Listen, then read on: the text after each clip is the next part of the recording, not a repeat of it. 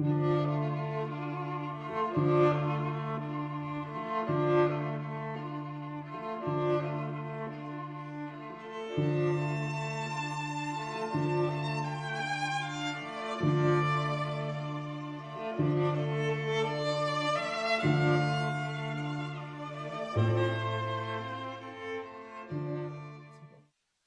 we flew to Budapest and took a train. And there was a part of the time we were talking about not even going to Kaba because Margot, we assumed, was dead by then. We had lost touch with her.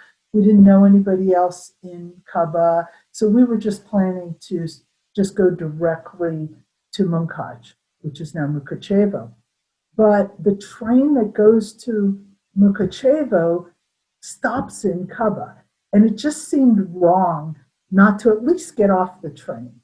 So I went on bookings.com and booked a place to stay. And I emailed the guy, Balazs, and said, could you meet us at the train? So when we got to Kaba and got off the train, here's this young man laughing his head off.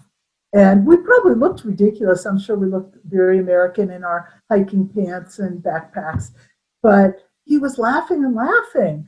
And I said, are you Balazs? And he said, I never thought you were going to come. Why would anybody from America want to come to Kaba? There's nothing here. And he just thought it was hilarious that we were doing that. So I tried to explain to him that we were looking for my mother's house and anything about my mother. So I showed him a picture of my mother's house that is on the display. And he said, no, I don't recognize that house. And then I showed him a picture of Margot, my mother's friend. No, I don't recognize her. So he showed us to the place. It was a house that had been renovated and made into multiple little Airbnb kind of places. And he basically dropped us there and said, good luck. And then Steve and I decided we were only going to stay one night. So we thought we'd better walk around town. But they had changed the numbering systems of the streets. So nothing that we had matched up with what was on any buildings. And we walked around and thought we were in Margot's neighborhood, knocked on a door. There was an old man who had to have been alive when my mother was there. He looked to be in his 70s or 80s. And my Hungarian is not very good. Our parents didn't teach us Hungarian. I only knew a few words and I had a dictionary. So he went and got his daughter, who was about 50. She was very unfriendly. I showed the picture of Margot. She said, no, I don't know who she is. I tried to explain that my parents' house was there. She just basically said, I can't help you. I can't help you. It was really, really depressing. So we walked through the streets thinking, does that look familiar? Does that look familiar? We had downloaded a map of Kaba. We knew where the Jewish cemetery was. And after walking around for a while, I truly had a moment where I just, kind of looked up and said, Mom, you have to help me because I'm not getting anywhere here. So we started to walk towards the cemetery and we passed a little store. And of the few words I know, it said fruits and vegetables in the window. So we needed to get some food. And there really aren't a lot of restaurants. There's maybe one pizza place in town, that's it. And a couple of grocery stores. So I walked towards the store and a woman came out pushing a bicycle and she looked at us and said in perfect English, can I help you? And later she said she thought we wanted help shopping. She also said she never talks to strangers and she doesn't know why she even talked to us. But she just decided she needed to ask us if we needed help. And I told her we were trying to find my mother's house. So she said, well, my father knows every house in town. I'm going over to their house now. Why don't you come to their house with me? And I'm sure my father will help you. So she pushed her bicycle and we followed her to her parents' house, a gorgeous house, which we found out he had built himself, and went inside.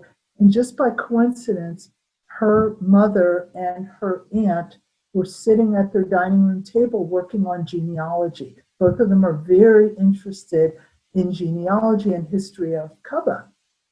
And very weirdly, when they introduced us, their names were Marika and Yutka, which happened to be the names of when my mother's brother came back to Kaba and married a woman from town, not a Jewish woman. They had two daughters named Marika and Yutka. And so that just, I don't know, again, felt like another sign, like, okay, this is just too weird that they have those same two names. And I had heard about Marika and Yutka our entire growing up. You know, so they didn't speak any English. So Judit, the woman who helped us, translated, told her mother and aunt what we were interested in. They got on the phone and started calling people. And they really, it's just like they just started the network going. And then her father came home, and I have a picture of him as well. It turns out he was an Olympian. He was someone who had done discus throwing in the Olympics representing Hungary. And he was also the Shabbos Goy when he was a boy. And so he was someone who on Shabbos would go around to all the Jewish houses and light their fires for them or put out their stoves.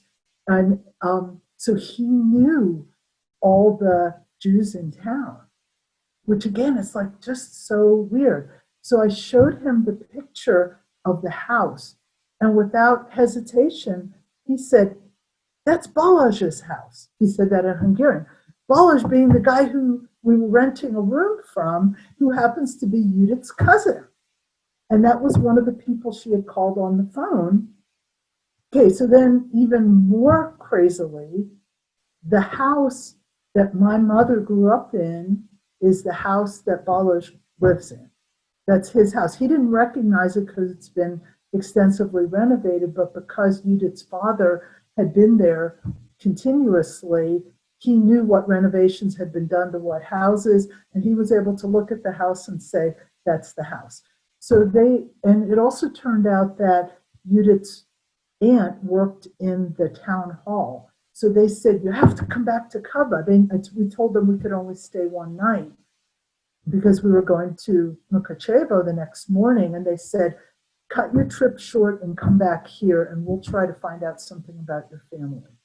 So we got on the train the next morning, went to Mukachevo, and had some really interesting experiences there. We found the Jewish cemetery, again, through a lot of intervention of luck or, divine providence. I can't say which, because they were having a heat wave. It was in the high 90s.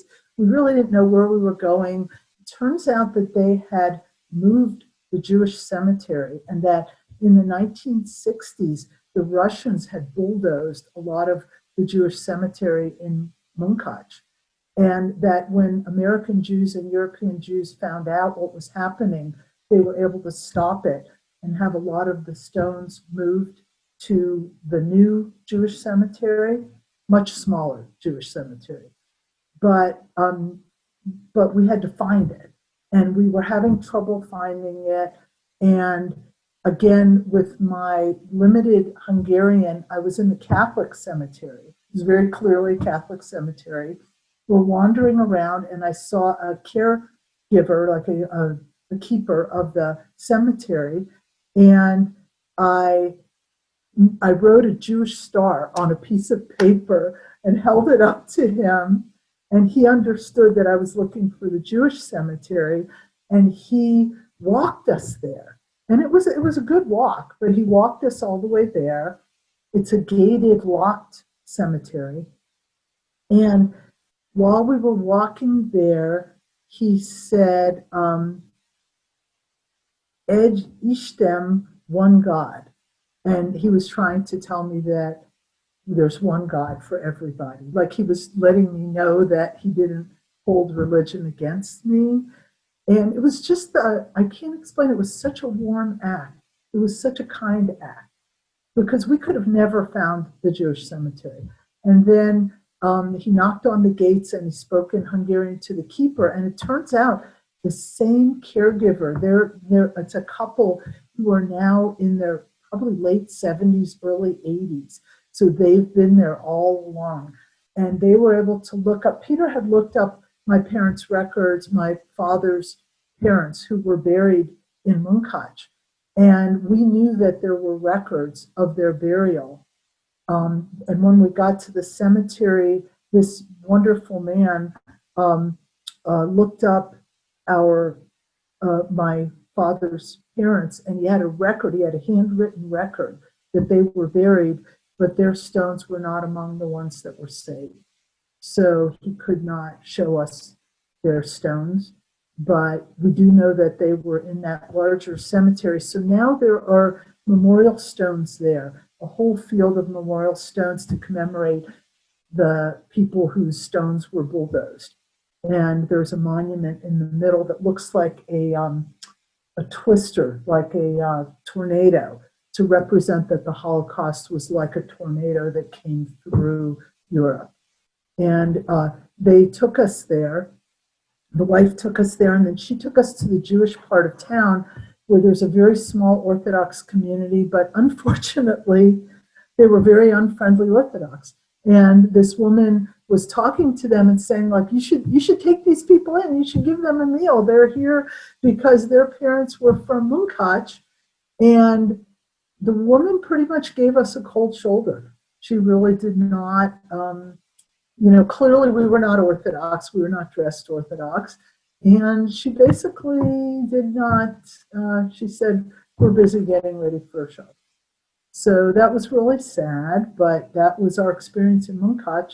So we really didn't, the best contact we had was with the cemetery keeper and the other cemetery keeper. Those were the most warm people that we met while we were in Munkac. So we never found, we didn't really know where our father lived in Munkac. So I don't think, so I'm hoping with some research we'll be able to find something. So we get back on the train after 3 days, go back to Kaba, and it turns out that Balazs has arranged for us to stay. He also had a little Airbnb apartment in his house. So he arranged for us to sleep in my mother's house. And I cannot explain what a feeling that was. And, we went in the backyard. There used to be grapevines. So I have a picture that shows grapevines in the backyard that they used to make wine. But my mother had always talked about these giant fruit trees and how they would climb the trees and eat the fruit right off the trees. And the fruit trees are still there. So my husband took a picture of me standing under the fruit trees that my mother talked about while we were growing up. And it was probably the most spiritual experience I've ever had. That it all happened because this woman stopped to talk to us and asked us if we needed help. And otherwise, none of that would have happened. One of the surprises they had for us, so they surprised us when we came back from Munkac. She had actually made a hardbound book. And I don't know how she did this other than that some relative worked in a stationery store. But they actually bound a book. They had found copies of my mother's birth certificate with signatures by her mother and father, which we have no pictures of her family other than one of her brothers. We have no records. So I had never seen my mother's signature. Like there was just something about seeing her name, Stefania Kupferstein, in writing, Stefania Kupferstein Haas, that just made me cry. And they found her siblings' birth certificates. So those are all there. And then there was an uncle named Peter, which Peter and I argue about because I don't think it's accidental that he was named Peter, but our mother never talked about having an uncle named Peter, ever, ever, ever. So I'm sure there's a story there, and we just don't know what the story is, but there's a story. Because you don't accidentally name a kid the same name as your uncle. I don't believe, but we could, it just doesn't make sense to me. But it turned out that the uncle had another child who had a child out of wedlock, and the baby died. So we also got that information. So and I also found out that there was a child, my mother had a sibling younger than her who died in infancy, and my mother would have been old enough to remember her. She never mentioned it, ever, ever, ever. So that's yet another thing that we now know about the family because of Judit and her family. So they made us this book, and then they took us to another woman's house, a little cottage. It was like if you opened a Grimm fairy tale and they talked about a little Eastern European cottage. That's what it was, with an immaculate, everything immaculate, a beautiful garden, but a tiny, tiny little house. Everything spick and span clean. And the woman they were taking us to see was named Irenke. And she was, when my mother's brother came back after the war and tried to restart the bakery, she was his helper. She was 13, and she was his helper. She had 9 siblings, all of whom are still alive. They're all in their 90s, early hundreds. All 10 of the siblings are alive. Interestingly, although many of them knew my family, she was the only one who would speak to me. And it was alluded to that she was the only one who was willing to talk to me. And again, translating through Judit. But the other interesting part is that she cleaned his house, she cooked his meals, and she helped in the bakery. When my mother came back from the concentration camp, my mother kicked her out. My mother did not want her in the house. And that totally sounds like my mother. That she just, a couple things. I think she was very bitter, which I can understand. And she didn't trust anybody she just didn't trust anybody. And she was probably a little bit jealous of this person taking care of her brother. So Irenke told me that without any rancor. She didn't sound angry. She just said, your mother really didn't want me around. But she said, ask me anything. And I had always wanted to ask somebody, like, what were you thinking? What were you thinking when they marched all of these people away? Like, what were you thinking? And why didn't you do anything? And I'd never been able to ask anybody that before who was connected at all. So she said, we were frightened. She said, we heard stories that if anybody helped the Jews, that the Nazis would come in and kill the whole town. Now, I don't know of any evidence in anything I've read that actually happened. But I think all you had to do was to plant suspicion and plant fear, and people were afraid. But there was something in what she said that made me think of my own daughters. And if I thought that someone was going to kill my daughters, if I helped another person, would I be willing to do that? And I will tell you, that's the hardest question I've ever asked myself, because I can tell you that every one of my daughters would say, you should go help that person. Every one of them. They're all do-gooders. And actually, my oldest daughter is a cartoon artist, and I have been encouraging her to do a comic or a graphic novel about my parents' story. And she's been very hesitant because she didn't like this part of the story. Because what I said to her was, Becky, I don't know what I would have done. I want to be able to say I would have helped people, even if it put your lives in danger. But I don't know if I could do that. And that makes her really angry. And she doesn't want me to have any feelings of forgiveness. And in that moment, when I was there, I felt like I could at least understand people's fear for their children. I could understand that. It doesn't make it right, but I feel like there's a part of me that understands fear for one's children. So the good news is, Irenke said that in I can't remember what year she said, but she said all the Jews in Kuba who came back after the war disappeared one night. She said one morning they were all gone. And that would fit with my mother's going to Budapest.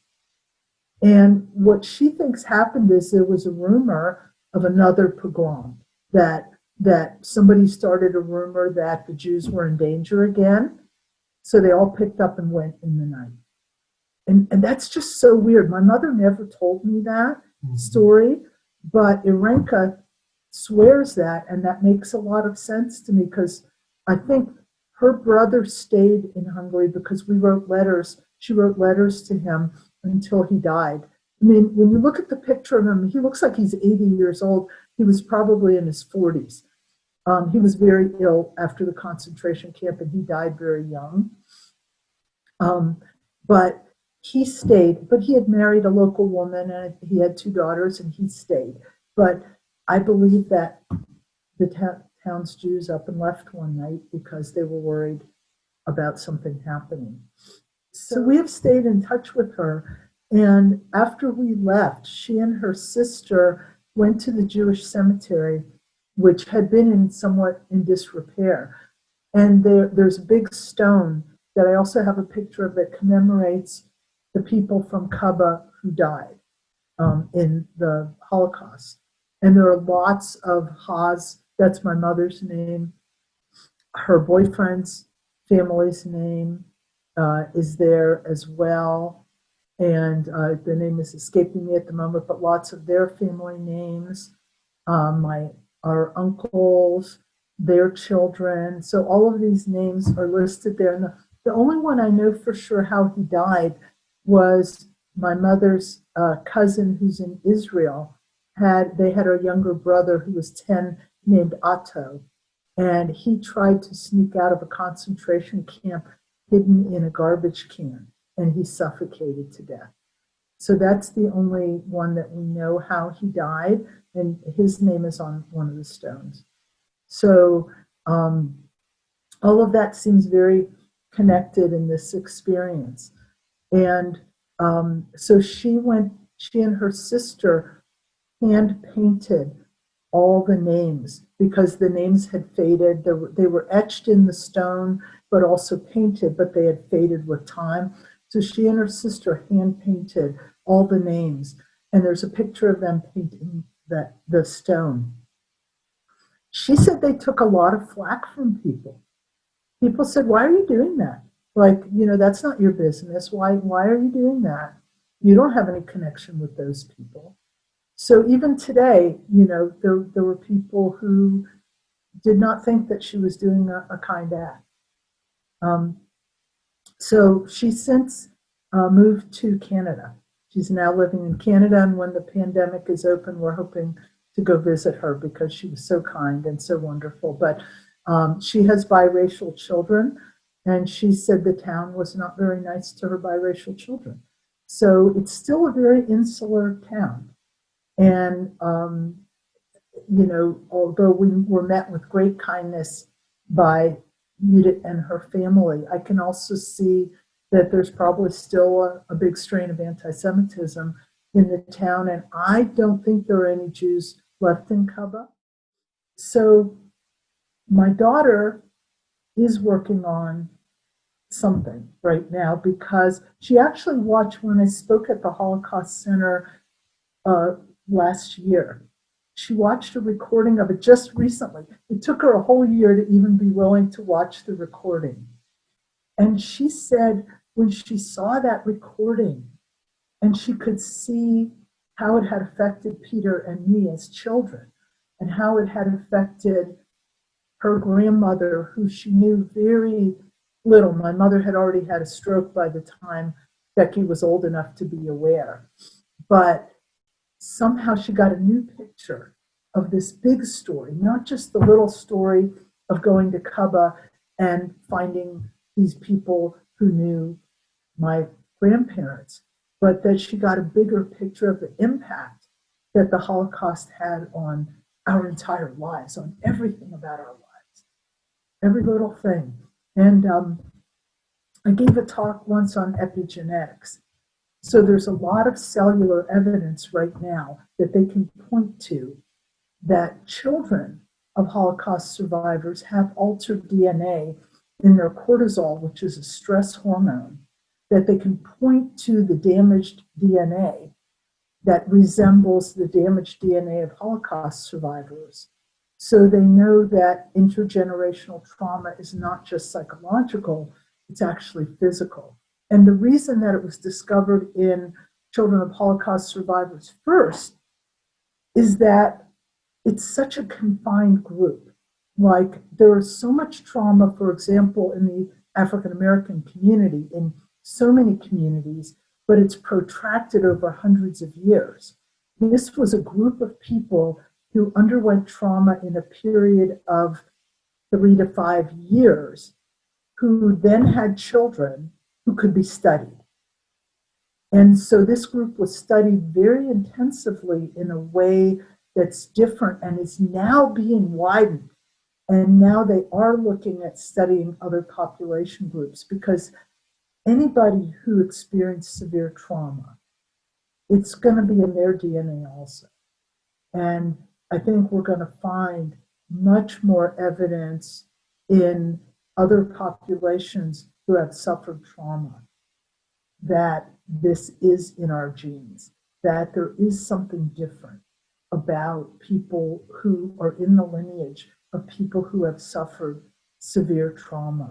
I first started talking about the Holocaust because I went to a group of children of survivors that was started way, I want to say maybe before I had children.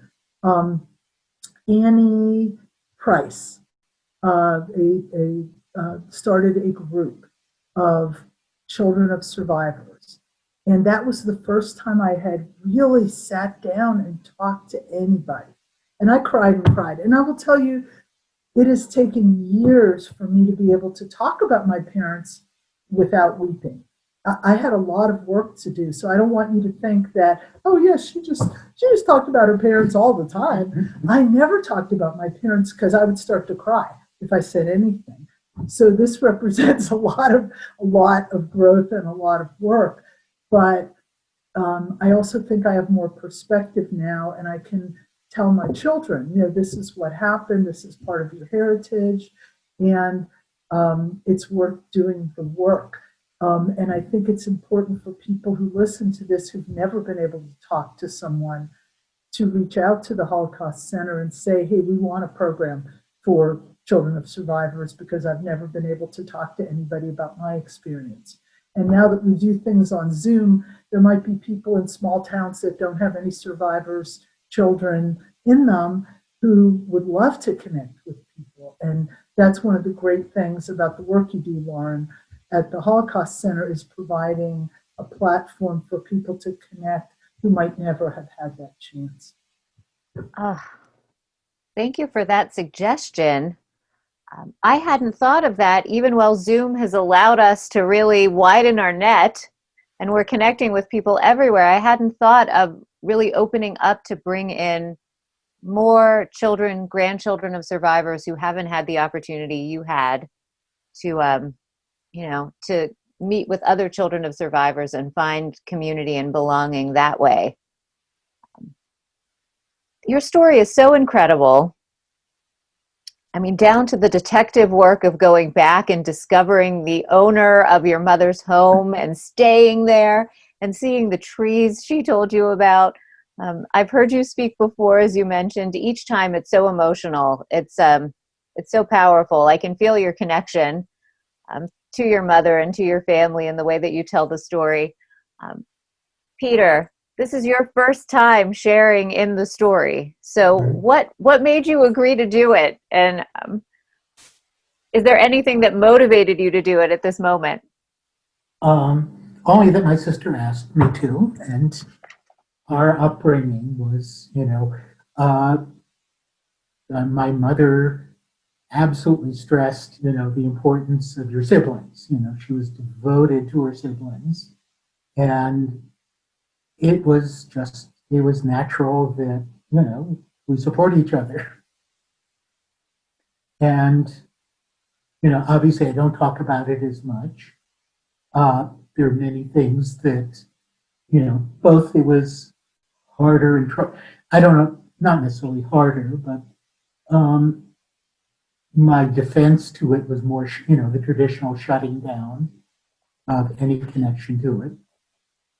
So I do think in some ways, given what little, what I know about other children of survivors and what Sue has told me, in many ways, our parents really did protect us. I mean, I think I know that you had talked about some studies of, children of survivors and how they fared. And I think that, we turned out okay. We turned out okay. Could have been worse. Could have been worse. And he's being modest. I had it much easier because I had him. And I think I do not in any way minimize that I had him, and he really shielded me a lot from a lot of things that could have been worse for me. I can remember him interceding with my parents when I wanted to do something and they said no, and he would go to bat for me. And I think we sort of clung to each other, when things were not good in the house, which sometimes, they fought a lot because of their differences. We could huddle together and watch TV, or we could huddle together and play a game. And I had that advantage of someone older. You were 6 when I was born? I think 6.5, something like that. And so for those 6 years, you really didn't have anybody shielding you from if things got bad. And I actually don't even know if you have memories of, did they fight when you were little? Do you remember that? Well, again, part of the very earlier years, they were always working. This was more traditional immigrant thing in that they worked all the time, all of our lives. Dad. That's true. Dad and in spite of being religious and really worked at it, the store was open 7 days a week. No, 6 days. They were closed on Sunday because there were blue laws. So that's why he was open. Yeah. Until it was yeah. Then. I mean, they would close. He would close on Rosh Hashanah, Yom Kippur, major holidays, but they worked morning till night. Mm-hmm. Sure. So we barely saw. Yeah, but were you alone, or did you have a babysitter? Sometimes a babysitter, but can barely, or mom would be working sewing at home, so she would be around, but she would be working. Yeah.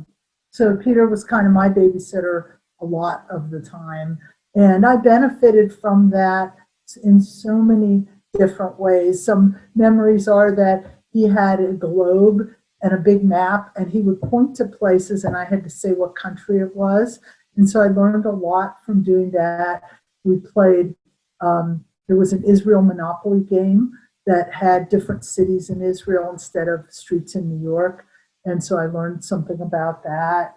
We would sword fight with right. Shade. But it's also part of the same thing. I mean, Mom was always talking about how her older brothers would, like teach her German, and they would, always.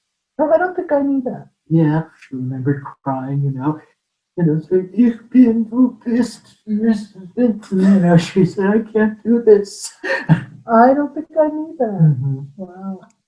So I'm wondering if you think there are certain things that your parents would have wanted people to know, what message they would have had to share with our audience, and people who will watch this program will be adults, will probably be high school students, university students. What do you think? That's an interesting thought. Well, I think my mother would have wanted people to know that she was ambitious and bright, and that her life got disrupted for no good reason other than that she was Jewish. And, she was very much a watch out for yourself, watch your back. So I think she would say, watch your back, but have fun. She also, shockingly, she wasn't a grim person. She loved to laugh. She loved to tell jokes. So she would have loved to tell a joke and just say, like, you got to have fun while you can. So she appreciated fun. I don't know if Dad didn't allow himself to feel. I mean, he was the one who had the collection of, old Yiddish records. He loved old Yiddish show tunes, and he went to apparently he went to the theater and the movies a lot.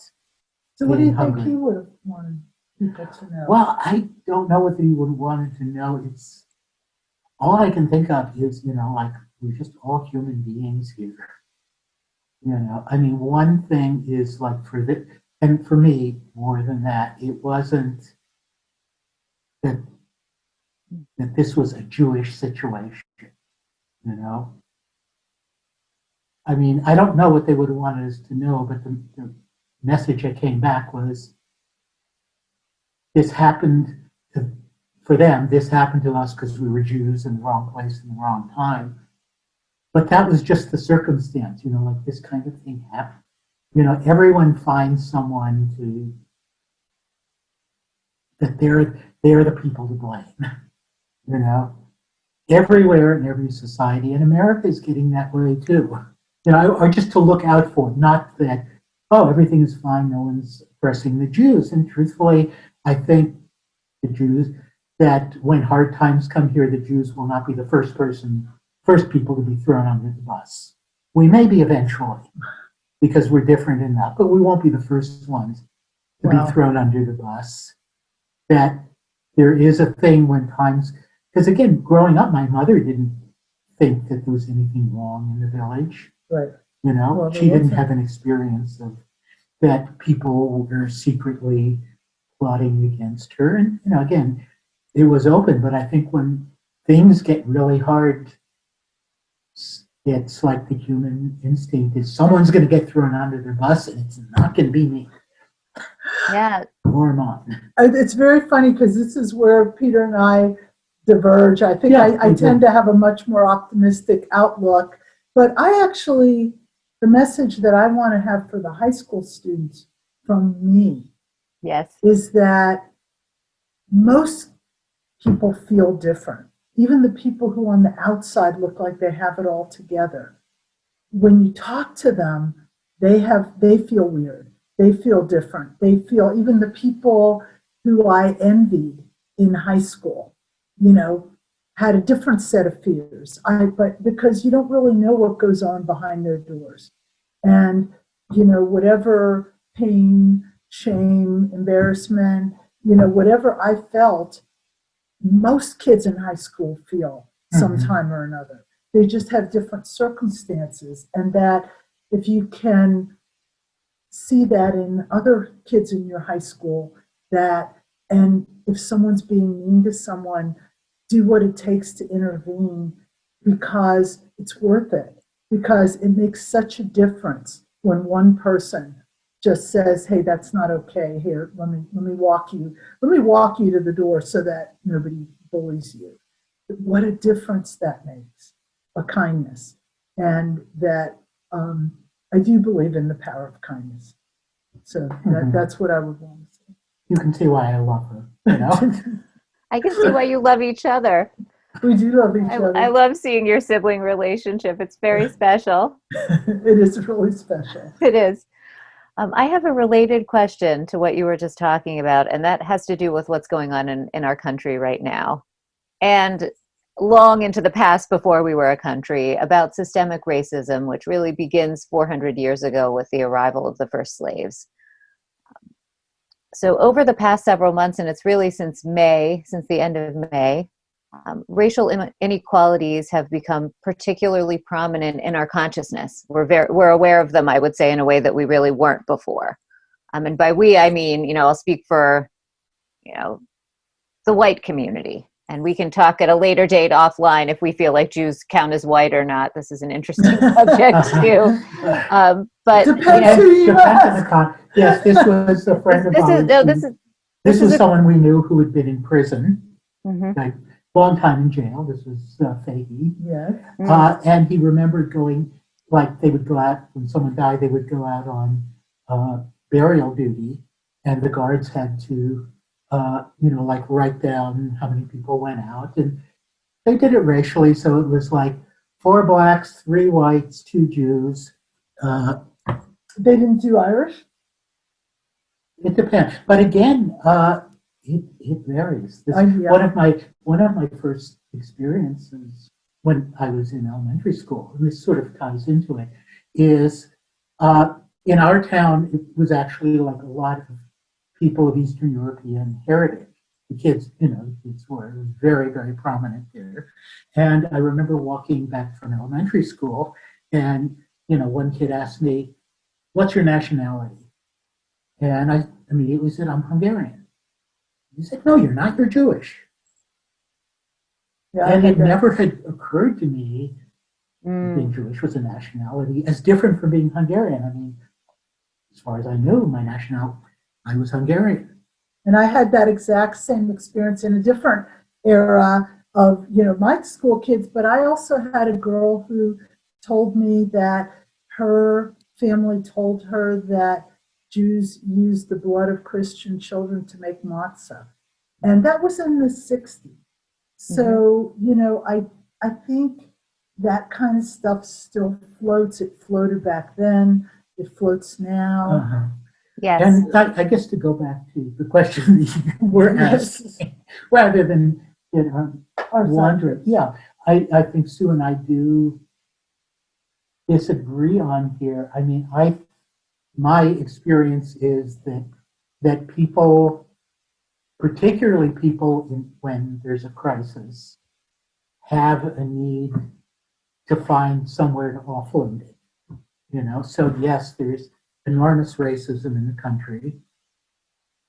And it's systemic in the sense that we're ingrained with it, and it's more looking at not the racism as much as like what's dividing us, like being aware of what divides us, because everyone has something, When I remember, again, back at the RJCC in Bethlehem, as a teen, asking about taking some girl out who was Jewish, and her parents said, "No, he's Hungarian," because most of the Jews there were Lithuanian and Polish and stuff, and Hungarian Jews were different. And when I was in Israel for that year, at that point, the relationship between the Ashkenazim and Sephardim was toxic. Mm-hmm. And we won't even talk about the Palestinians, so there's something that people, it's not to excuse it for anyone, but we have to be aware that there's something that we do, that all human beings do.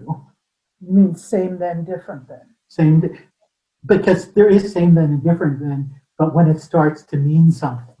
But going back to your question, see, I think it's more than 400 years. That's not even talking about indigenous people and what was done to the indigenous people prior to slaves coming to the United States. I mean, we're coming to America. Yeah, There's, I do think it's more in awareness right now. Yes. What I think is dangerous is to think that I don't know how to say this, that any group should be devalued or overvalued is to make it all come out even is going to take some gigantic work. And I'm glad that awareness is being raised. I'm glad people are speaking out. I'm glad women who are being treated differently than men when they shouldn't be are speaking out. I'm glad people are more aware of sexual abuse. I'm glad people are more aware of child abuse. There's just, we are talking more. And I think the internet has made that possible, but it's also done bad things. It's also spread bad news or, shall we say, untruths about people just as fast as it's given people a platform to speak their truth. So I wish there was a good answer, but I don't think there is yet a good answer. Yeah. I mean, I think, looking at it, it really is the kind of thing that, yes, we need to fight. We need to fight racism. Yes, obvious racism. Anything that divides people, but just to always keep in my mind that no one is immune to the thing. A Holocaust survivor can be a bigot. Absolutely. And we have those in our family. It's to remember that that we could do, and think that I'm not racist. I couldn't possibly be. I'm a child of survivors. How could I be that? It's just to be aware that of those things, and to think that some people aren't worth, yes, we need to respect everyone's rights except for those people. Those people over there, they're just, there's a lot of. So that comes to a Holocaust survivor. My suffering is worse than their suffering. So that's something that I think is really important to get away from, because I do feel like we grew up with my suffering is worse than their suffering. Whoever else is suffering, mine's worse. And that didn't help anything. It doesn't help us make progress in addressing inequities. That's for sure. Mm-hmm. So do you feel that there are things that we can do close to home? Because it seems like such a huge problem, but are there things we can do at our level, as Father Patrick Dubois would say, within the sphere where we can actually potentially make a difference? Well, there was an event that I went to for Holocaust survivors where one of the keynote speakers was African American, and talked about people knowing each other. And that to me is one of the key things, is the more people come together and know each other. I love the idea of shared tables, mixing a group of people at a table and eating together, because that's a way that we start to look at everyone as here, we're all sitting here eating food. And that's a very human thing to do. Mm-hmm.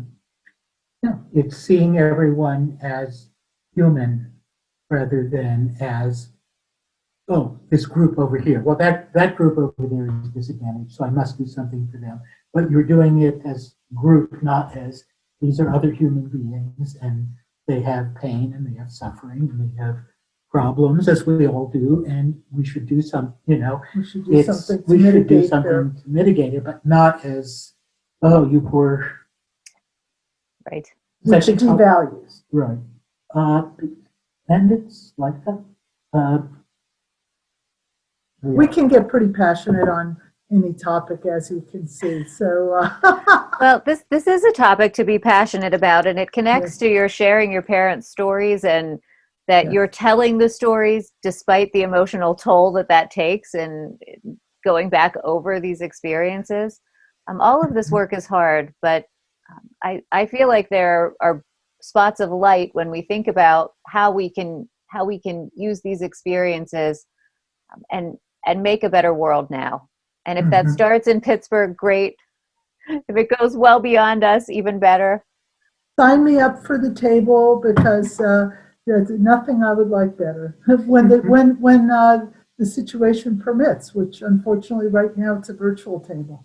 Yes, when we can be together in person again, I look forward to that, and I hope that you'll join us at the table too, Peter. And I think that we'll wrap it up here. I'm so grateful to both of you. It's a wonderful story, and it's your parents' story, and it's your stories as well, and that really came across. We're doing good in the world here. We are, and I'm grateful to both of you. Thank you for the opportunity, Lauren, so much for all that you do. Thank you. Okay, thank you. Bye.